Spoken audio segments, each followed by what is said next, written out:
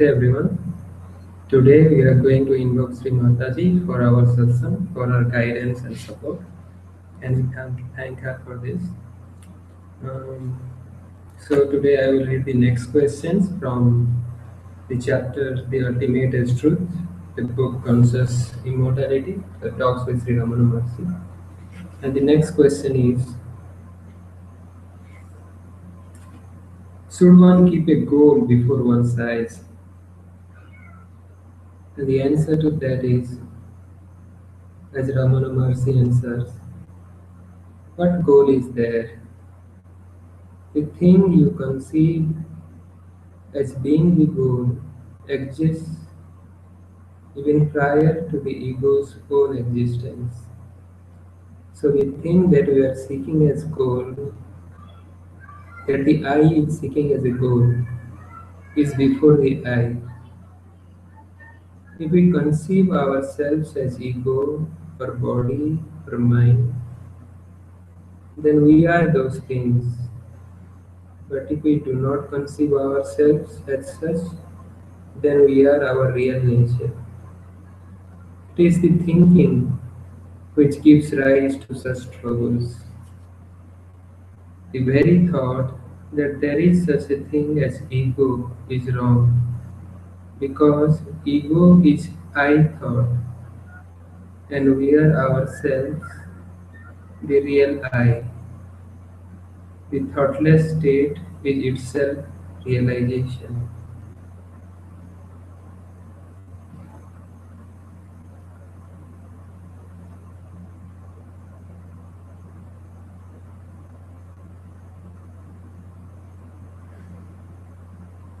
If ego exists as thoughts, and if there is no thought, there is no ego. Next it says, the Veda's declaration, I am this or that, is only an aid if there be a goal to be reached. It cannot be permanent. What is goal is already there. With what ego do we seek to reach the goal? The goal is existent before the ego. What is in the goal is even prior to our birth, that is, to the birth of the ego. Because we exist, the ego appears to exist too. If we look on the self as the ego, then we are the ego. If as the mind, we are the mind. If as the body, we are the body. It is the thought that works of appearance in so many ways. So the self is a perfect mirror. It reflects whatever we think about ourselves. If we think ourselves as mind, as body, or as ego, the self reflects that. Looking at this arrow on the water, it is found to be shaking. Can anyone stop the shaking of the shadow? If it should cease to shake, you should not look on the water. Look at yourself. Therefore, do not look to the ego. The ego is the I thought. The true I is the self. So the ego has to define a goal to reach there. But as long as the ego exists, there is no dissolution. And when there is no dissolution,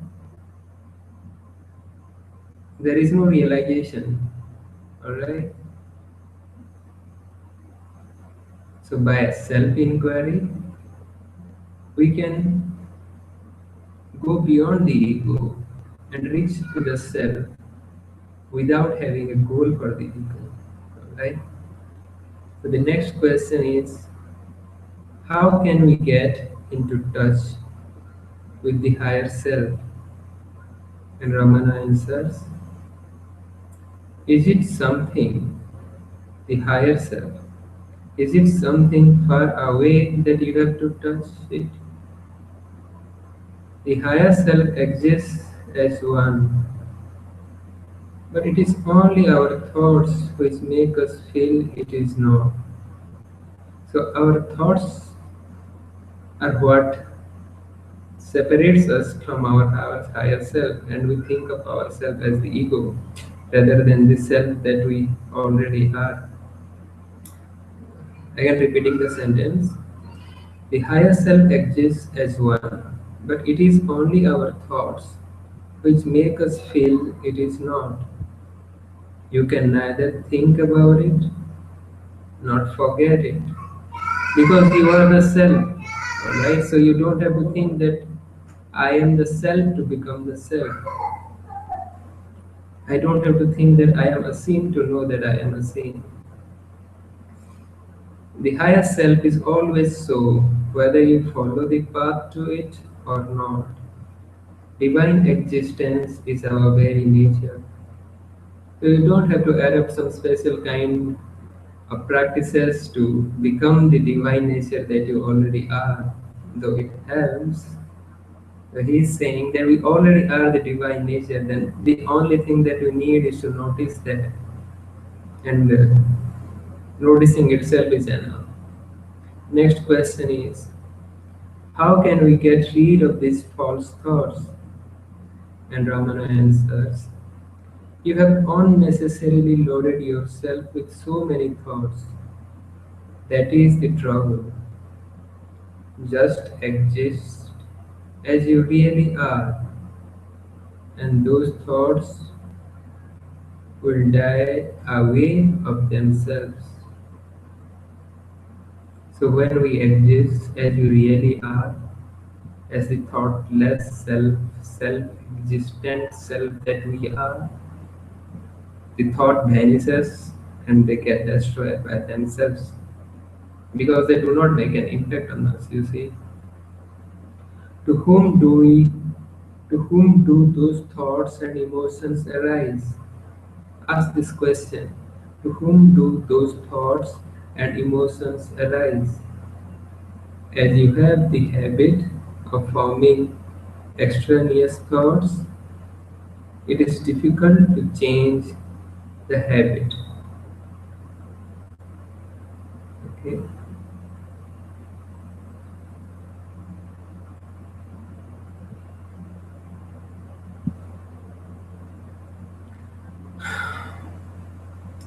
The next question is, can I go on thinking I am God?